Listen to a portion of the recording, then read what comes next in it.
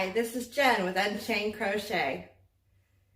If you haven't done it yet, don't forget to subscribe and hit the bell to see more items and tutorials like this. Welcome to the first part of learning to crochet left-handed with Jen. So, when crocheting, as opposed to knitting, you use one needle. We call this a hook because it's got the hook. I like Bates. This is a Bates brand needle. Some of them I've made, my favorite sizes, I've made an ergonomic handle with polymer clay, baked it in the oven for 20 minutes at 265, let it cool for about 5 minutes, and then got to painting with fingernail polish. Base painted with 2 different colors, ombre'd the middle with dry brushing technique. Added glitter, let it set up and dry inside the middle of a spool of thread. And you can work on several at one time that way. And then I just add some clear coat after all the glitters. I added probably sometimes 6 to 9 layers of polish. And do not bake that to dry. Once you have your nail polish on it, it will melt it. And you don't want that big mess after you did all that work. So that is a Bates hook as well. I like this hook. Can you see that? It's got a nice catch to it right there, a notch in it, so that it catches your yarn very well. That is an H hook, my favorite size. Today I'm using a J hook. It's a 6mm. Susan Bates. Walmart and Meijer, sorry for that notification if you heard it. Walmart and Meijer no longer sell Bates hooks. You can find them, I believe, still at Joann's and Hobby Lobby, I believe. And probably maybe Michael's as well. I haven't looked at Michael's for them. No matter where they're selling them, I will find them, because these are the best crochet hooks, in my opinion, that are affordable. And they're comfortable to hold. So, one thing I do for myself, I don't know if you have very good eyesight. I am farsighted, so when I look at this, it's hard for me to see. So I take a permanent marker to it, and all that area right there, and I just burnish it with my finger after it dries, and I rub it so that what is left is a shadow of the permanent marker around the J and the numbers, so that I can see and read that very easily. Even with my readers on, I still need that. So, there are several ways to do a slip knot. Before you start chaining, we usually start our crochet with a slip knot. Here's the way my friend taught me: to lay the tail over your 2 fingers. Hold it like that. Turn like this. And pull your tail through. Just like that. It's kind of like a tie is tied, and when you pull your tail tighter, you can get it the size you want it. Another way, which is my go-to way because I've just always done it this way, is held it like I'm crocheting, put it around my finger, give the tail a pinch, and leave yourself a good 6 to 8 inches depending on what yarn you're using, because you need to weave that tail in later. You're then going to go behind the first yarn you come to and hook the second yarn. Pull it past that point, give it a twist,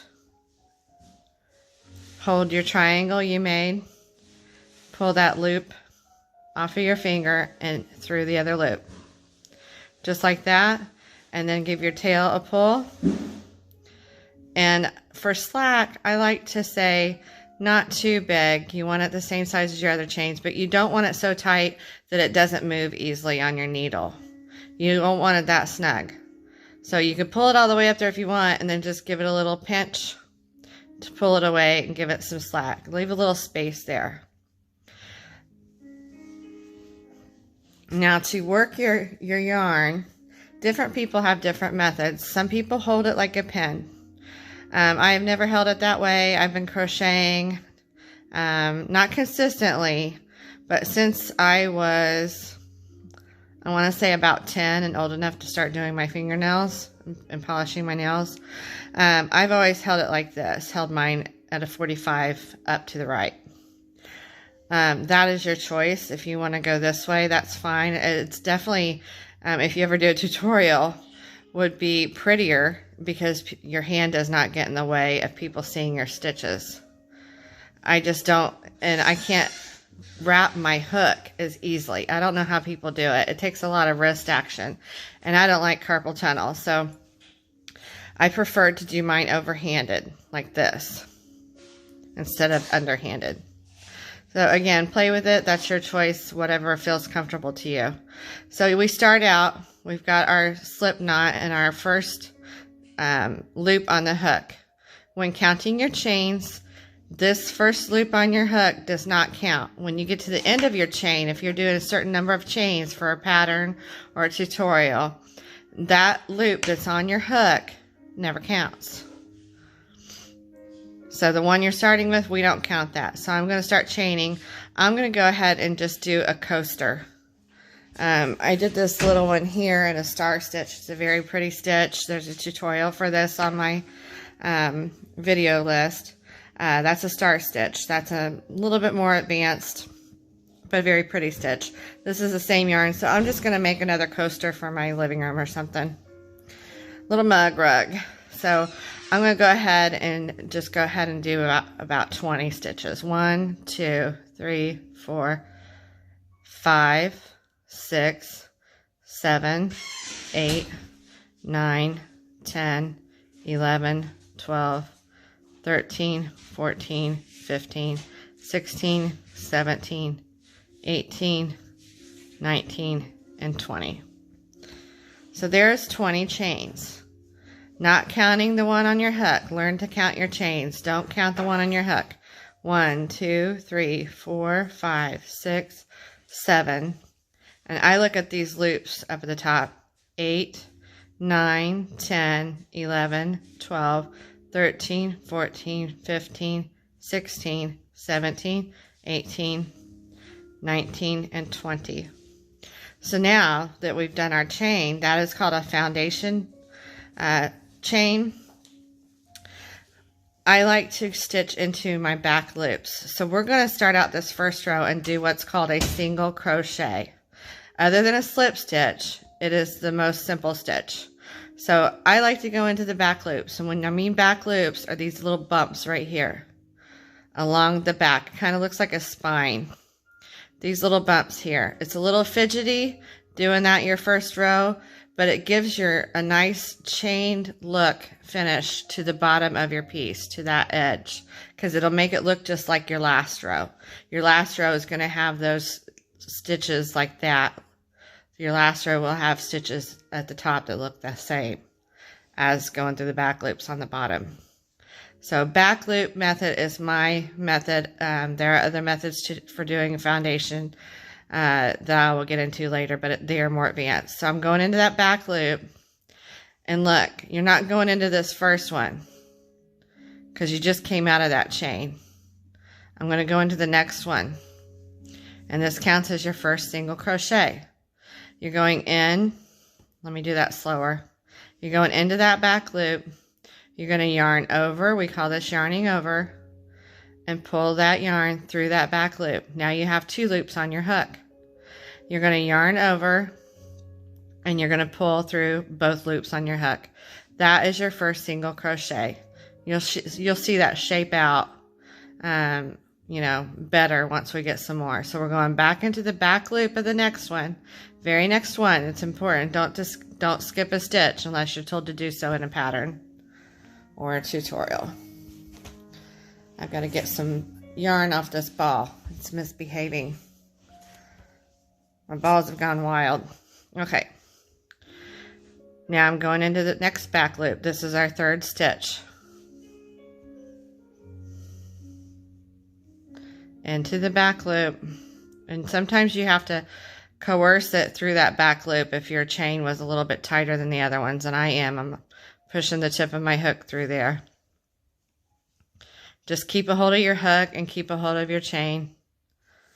And it helps if you turn it sideways First turn it on its tummy, so to speak, and go into that spine, that back loop. It's like a little vertebrae that run against the back.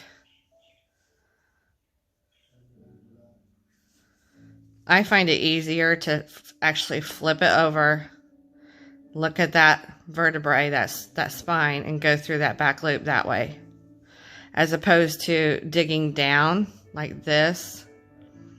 You can do it that way if that's what you want to do. That way works. But I just find it easier to flip it over and go sideways.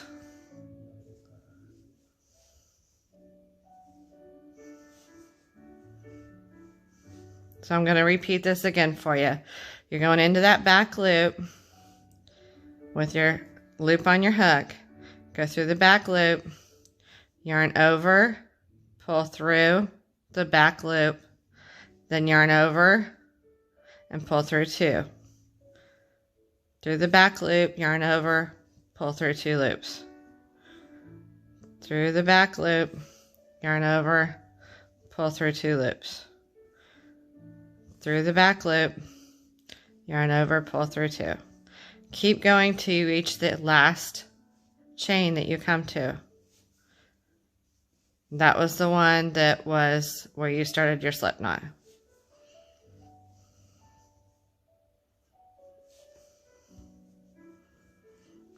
Okay?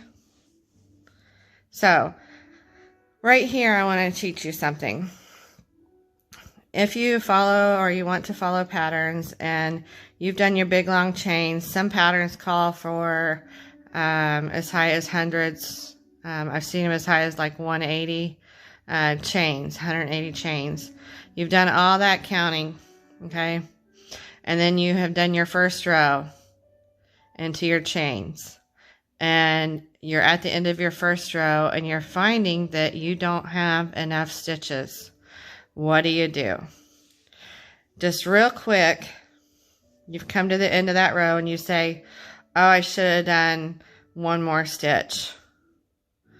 Go into that chain. This is making a stitch up here. Yarn over and pull through, just like you were going to single crochet, but then yarn over and pull through that loop. See? And yarn over and pull through 2 loops. That gives you another stitch there. And you're good to go. So you're not missing a stitch. And then just go back with whatever stitch you're supposed to be doing. We're still doing our singles. Alright?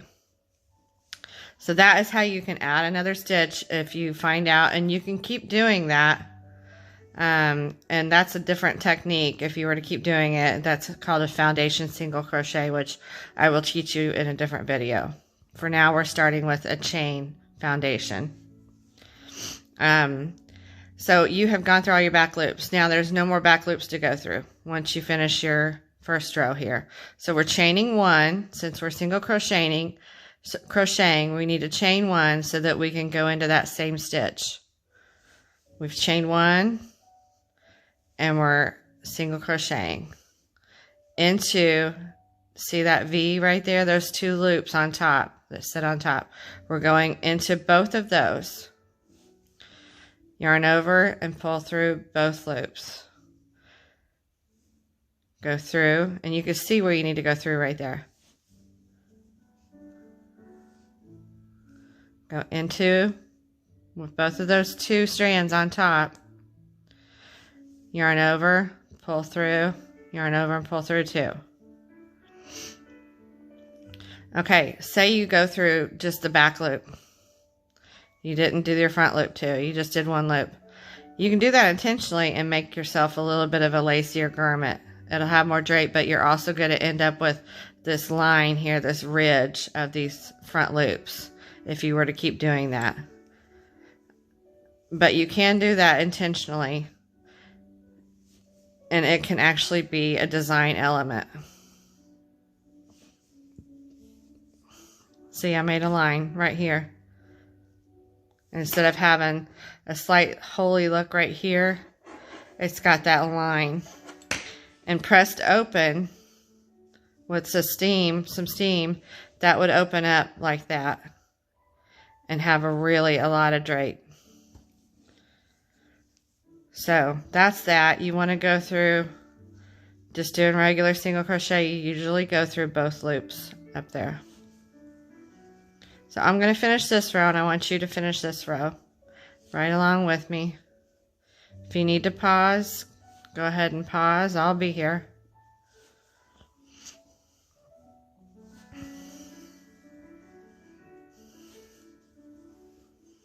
So this is our second row of our single crochet.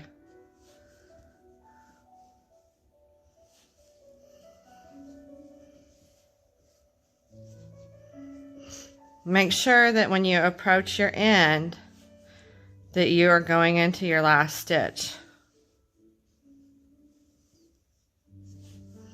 You can also adjust the speed in your settings by tapping, I think it's at the top right of the screen, and hit settings. Tap those three dots, hit settings, and you can adjust your speed to slow the video down if I'm going too fast for you.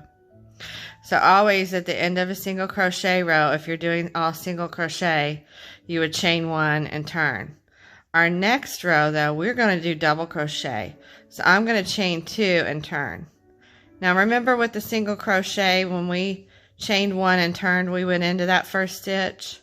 With your double crochet, it doesn't, that counts as your first double crochet. So we're not going to go into that very first stitch like we did before.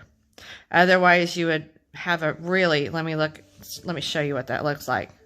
You would have two stitches there basically, and your object would grow out. We don't want to do that. That first two chains, your turning chain is what we call that. Chain two and turn. Don't go into that first stitch, go into the next one. See what I'm doing? Wrap your needle, go into your stitch, yarn over, pull through the stitch, yarn over, pull through two loops, yarn over, pull through two loops, yarn over, just wrap. I usually wrap from behind when I wrap for my doubles and trebles. Go into the stitch, catch your yarn back there, pull through that stitch, yarn over again, pull through two loops, yarn over again, pull through two.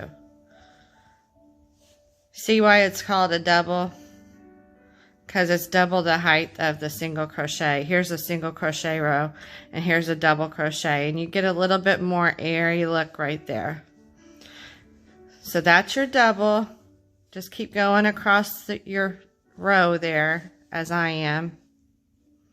I'll try to go slow and slow it down for you. I'm sorry. I keep forgetting this is for absolute beginners.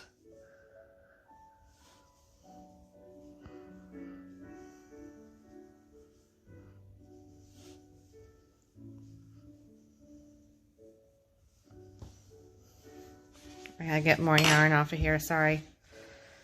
I have thrown my ball on the floor off the desk before just to get yarn off of it, but when I do that, it gets hung up every time on something on the floor, like a box or something, edge of the desk. It'll get hung up and catch up, and I won't be able to get my yarn off of it. So this is called your working yarn, by the way. What's coming off or your ball yarn, okay? That's your working yarn. Just keep going across your row. Wrap it, yarn around.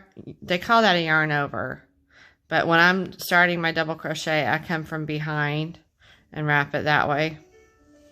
When I yarn over this way, it's easier for me just to catch it up in the front. I'll let the yarn fall across the front of the hook. You can wrap from any direction. You can wrap this way if that's what you want to do. It really doesn't change the appearance. Okay, so do whatever is comfortable to you. Just make sure you wrap, or that you pull that yarn through.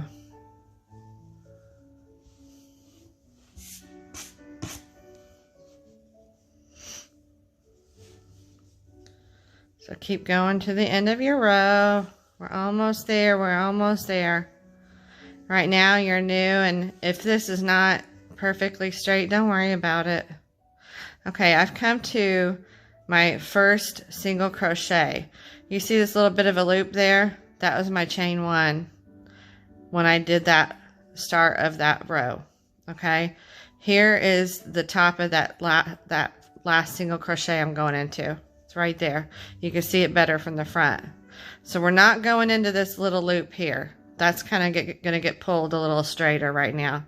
We're going to go into that last single crochet into those 2 loops above your hook, just like before. Yarn over, pull through, yarn over, pull through 2, yarn over, pull through 2. So there you have finished your first double crochet row. Do you see the difference between your single crochets? You got an extra little bump here between your single crochet rows. So it kind of makes it look like a beaded look to it. And now we've got a taller row here. So what I want you to do now is go ahead and do 2 more rows of single crochet. I'm going to pause it while I do mine. You do 2 rows. Let me remind you how you do your single crochet. Before you turn or after you turn, do a chain 1 and then single crochet right into that first stitch there. And continue single crocheting, being certain that you get both loops above your hook right here.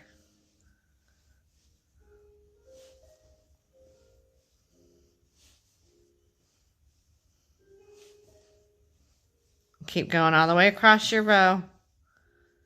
And when you get to the end, you're going to chain 1, turn, and do a single crochet into that stitch you're right above.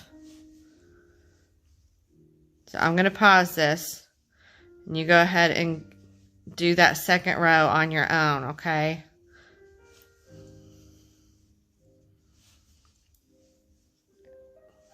When I pause, you pause. Now I've come to the chain 2 where we did our first chain 2 counts as a double crochet. I'm going to go into the top of that chain 2 right there, and I'm going to make sure that I catch up. See, there's 3 strands you could use. I'm going to catch up 2 of them above my hook, so you get a nice chunky bit to hook into. And I'm going to do my single crochet right into the top of that chain 2 that counted as my first double crochet of that row below. So now I'm to my end of my row, chain 1, turn. Be sure you go into that first stitch with your single crochet. If you get slack like that, just pull back on it. First single crochet goes there, single crochet all the way across this row, and your last one is going to be right here, right in there. Okay, so I will meet you at the end of this row. Okay, so you've made it to the end of your row, and do your chain 1, your turning chain. Here is our double crochet row. Here is our, see that bump? We got 2 rows of single crochet right here. So we need to do another chain so that we can do another row. That'll be 2 chains, okay, at the end of that row. That's your turning chain, and that counts as your first double crochet. Since we're doing double crochet on this row, you want to be sure that you don't go into that first one like you did with single crochet. This counts as your first double. Wrap your hook, go into your next stitch, catching both of those 2 top loops. You've got a wrap, and you've pulled one through your previous stitch below. Your yarn over, pull through 2 loops, yarn over, pull through 2. Yarn over, go through the stitch, catch your yarn, pull through that stitch, yarn over, pull through 2, yarn over, pull through 2. Yarn over, pull through, go through 2 and 2 again.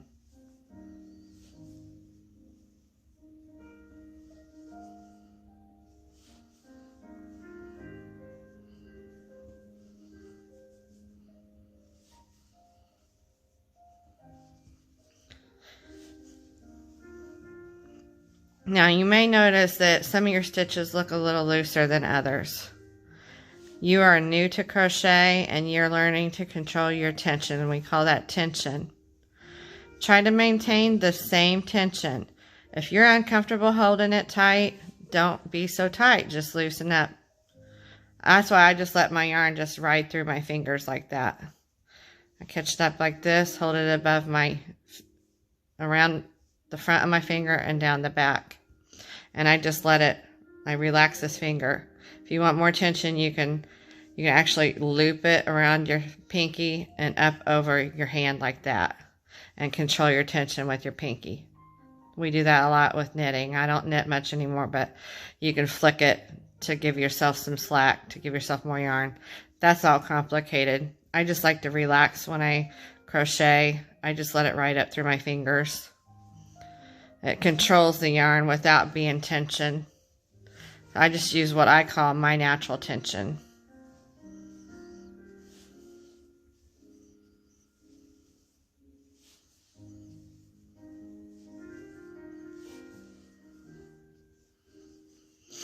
Don't worry about your stitches looking perfect.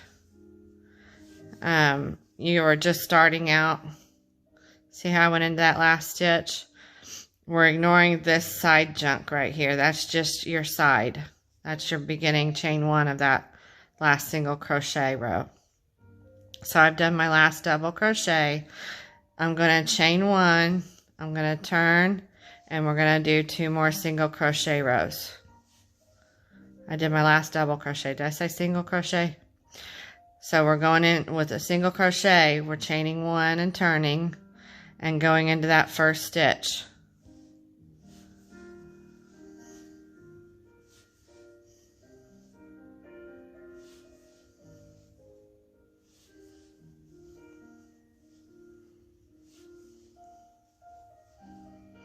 So finish this row and do your next row just like that. And I will meet you at the end of your next row. Not this one, but the next one. So you will have 2 more rows. We're doing 2 single crochet rows, 1 double crochet row. Okay, so we have our 2 single crochet rows. Now we got a double crochet row to do. 1 double crochet row. So we're going to chain 2. We're going to turn our work. We're going to skip the stitch that we're right above. This counts as our first double crochet. We're going to yarn over. We're going to put through that stitch right there, both loops. Yarn over, pull through, yarn over, pull through 2, yarn over, pull through 2 again. Continue across to the end of your row.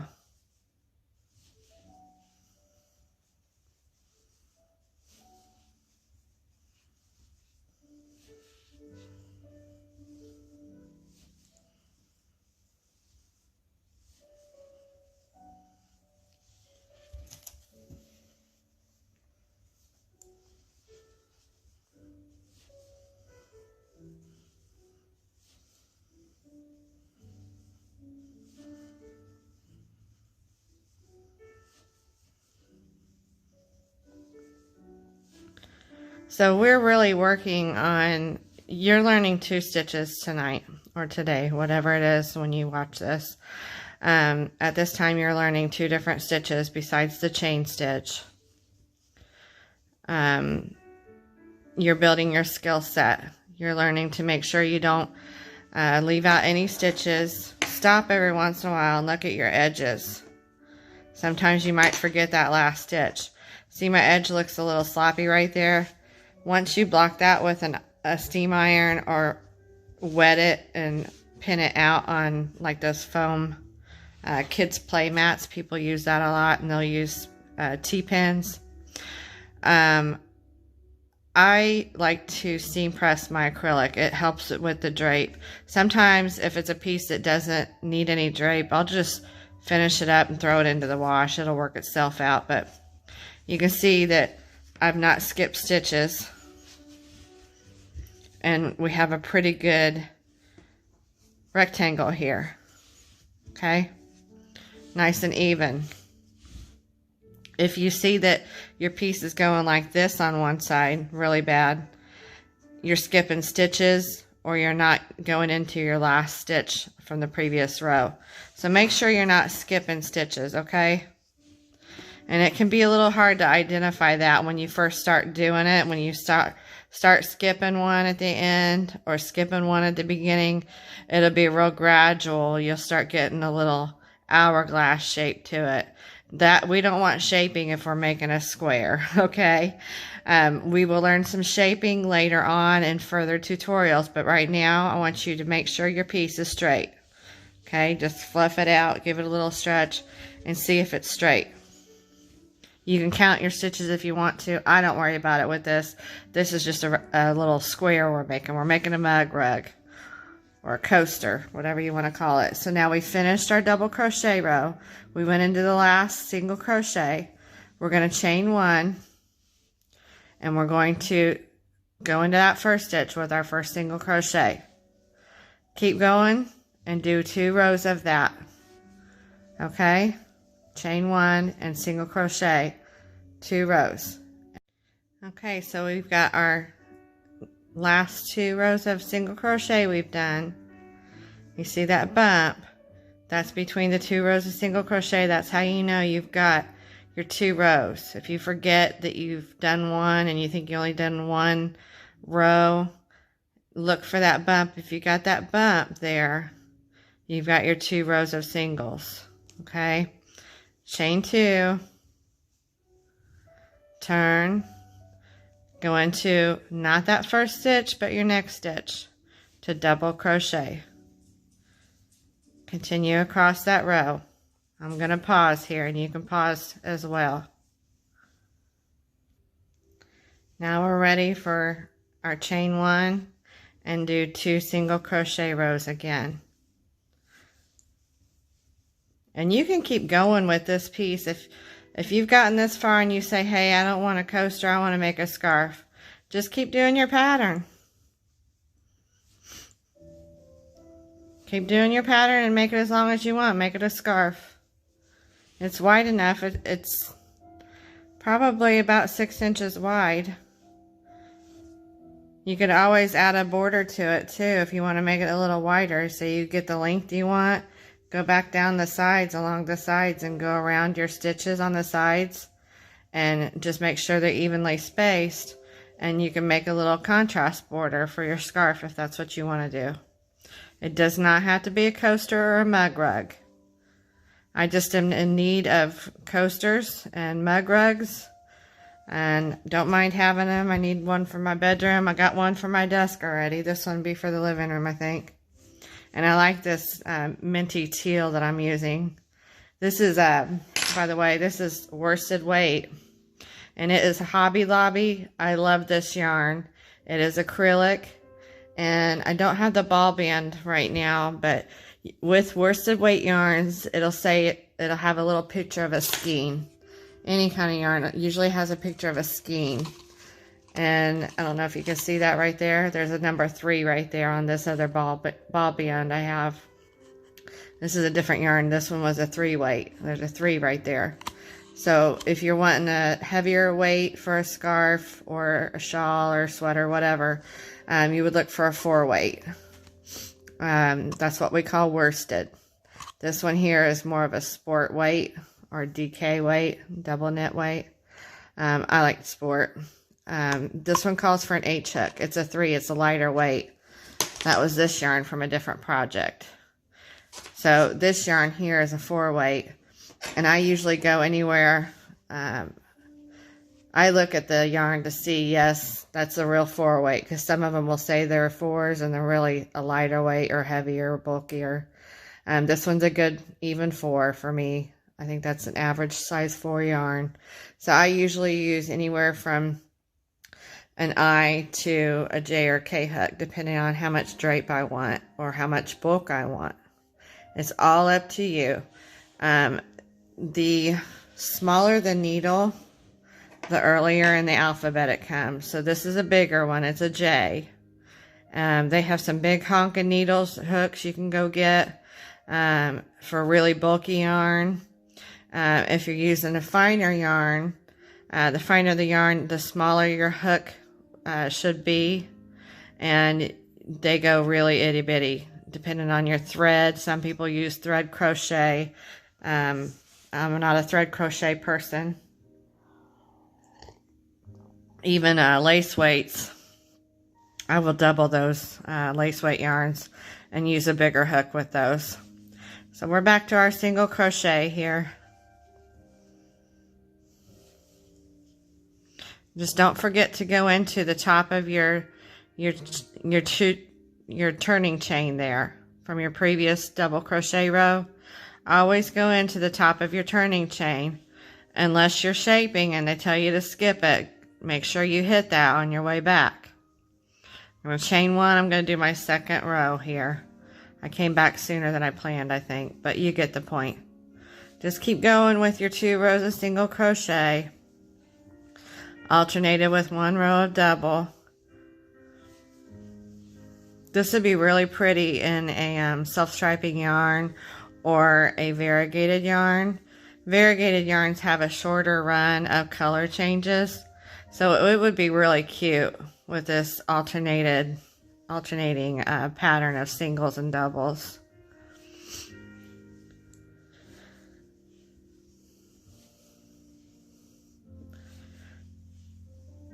So let's pretend that you've got your piece as long or as big as you want it and you're ready to be done. So I like to try to finish my pieces with a mirror image if it's something small like this. So I started with 2 rows of single crochet here, and I'm ending with 2 rows of single crochet there. So see and check, if you want a square, you can fold it corner to corner and see that is probably, because I'm not going to do another row of double crochet. I'm due for a row of double crochet next. This is as square as I'm getting right here. So just do corner to corner, and you can see that you're close enough to the shape of a square. It's not real obviously rectangular. And you can wet this, you can block it out with pins on an ironing board, or you can steam press it with an iron.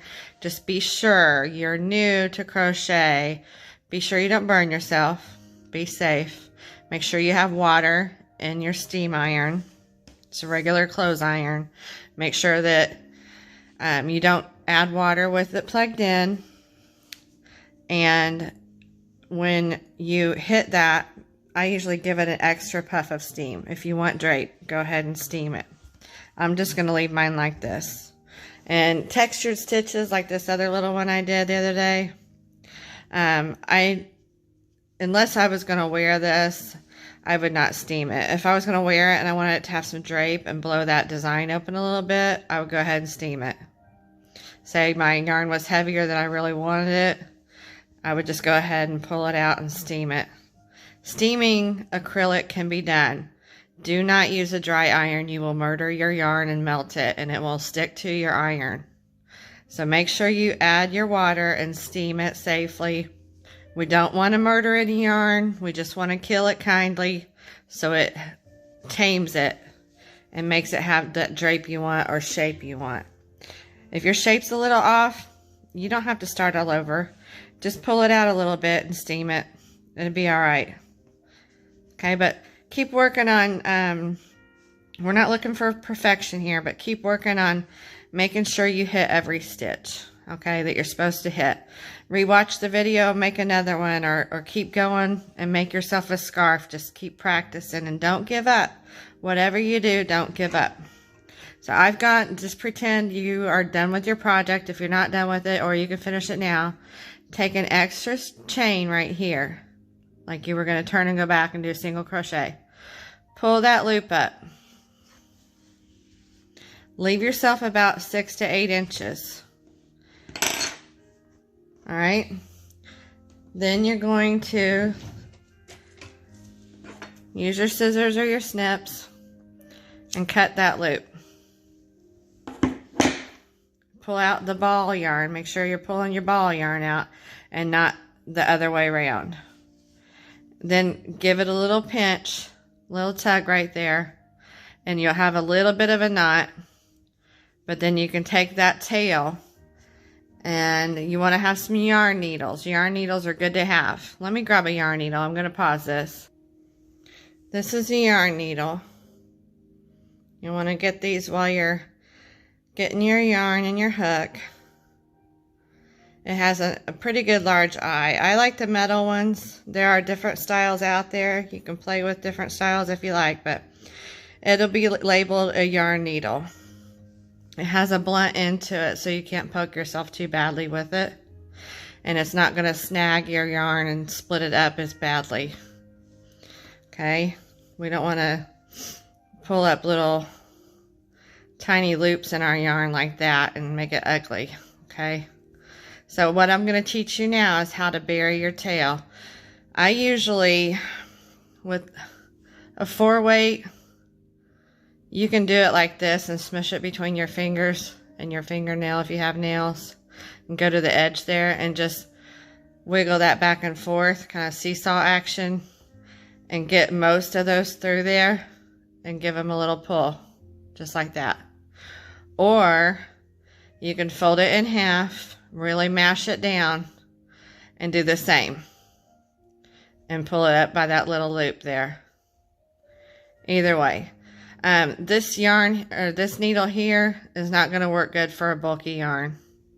I've never gotten a bulky yarn through there without a bunch of fuss and muss. So you're better off getting like a bigger eye plastic needle for that. So you've got that little knot there. Don't worry about that knot showing.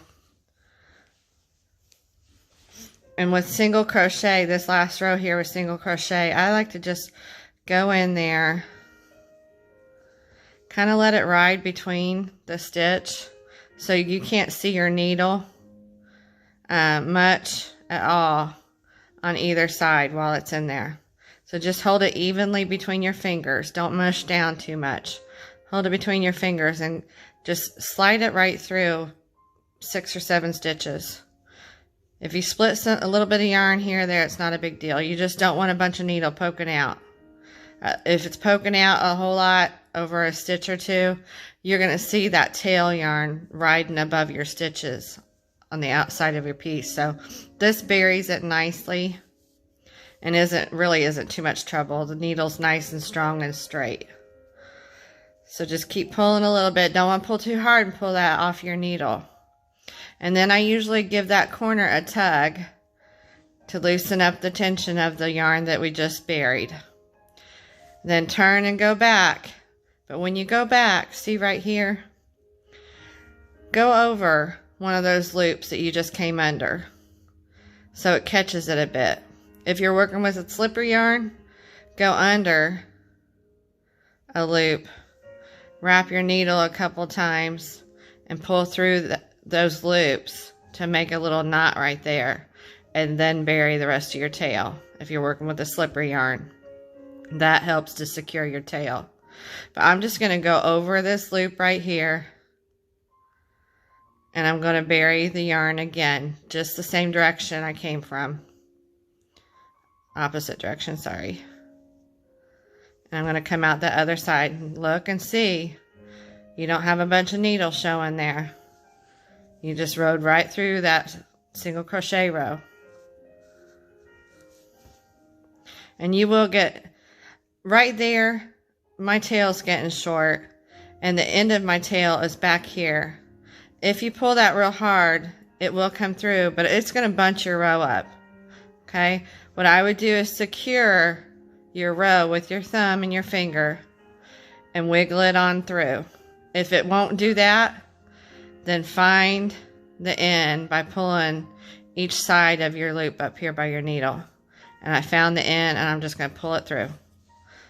If it tightens up on you, just stretch it back out and let it release.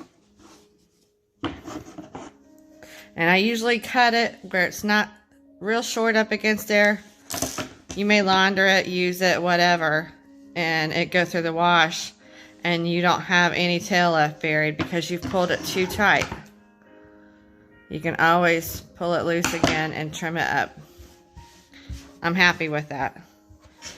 Now, back to our chain foundation where we went through the back loops, remember? This is the beauty of going through your back loops for your first row of stitches into your chain. You got that nice, see, it looks the same. The top and the bottom look the same. Those are very easy. Like if I wanted to sew those together, I could, and I can show you how to do a hidden stitch just by picking between those V's right there and going from one to the other. You could sew that up into a tube if you wanted to. Or if you have two squares you want to join, you got nice V's you can pick up and invisibly make a seam right there between two squares. So that is why I choose to do the back loop method for my first rows. So we're going to go and do the same thing with this one. Thread your needle with your tail. See how much tail I got? I got about 6 to 8 inches. Always, that's my minimum, is a 6-inch tail. I try to make that my minimum. And just ride in through those. See, my needle started to pop out. I'm backing out a little bit. I'm just going to ride in between that row. Little bit of needle showing there. That row might have been a little bit looser, but I don't have any big pops of needle coming through. Pull it through. I usually, if I got a solid row of stitches, I usually try to go through at least the length of a needle. At least the length of the needle. Push it through. Make sure your tail comes out. Now see there, I've pulled that edge too much. Before I go back on it, I'm going to give it a tug. We don't want it to be drawn up like a drawstring. Now, go back, go over that last loop you went under. Right here, I'm going to go over that and just back through. Kind of like tunneling through. And come out my end. And I'm going to have to pull it tighter so I can get my loop out. Get my tail to come all the way through. Now I'm going to pull it loose. I'm going to pull it really loose. And cut my tail short. Now, you could block this if you wanted to. But you don't have to. And there is your first piece. Your 2 single crochet rows, your double crochet row, 2 singles, see the bumps? Double crochet, there's a little bit more space between your double crochets because they're taller. 2 single, a double, 2 single, a double, 2 single. And you got yourself a nice little square you can put your coffee cup on. These make great little Christmas gifts. Stuff some stocking stuffers. Make it out of cotton. I love this cotton at Hobby Lobby. I've not used it. My daughter has, and everybody I know rants and raves about I love this cotton yarn at Hobby Lobby. I do plan to try that out. I'm not a little project person per se, but when it comes to making gifts and you want to whip them out, that would be the thing to do. You can make yourself some little washcloths. Learn to make them in the round. I can teach you how to do that as well. Make yourself some face scrubbies. You know, it's all up to you and the shapes that you make. You can use them for what you want. But again, you have done it and you can feel proud of yourself. Congratulations on learning to crochet. And I hope that I can help you in the future. If I'm not your teaching style, by all means, find someone who you jive with. We don't all jive with the same teachers and same students. I want you to learn and to grow, whoever you are, wherever you are. Thanks, and you have a blessed day or night.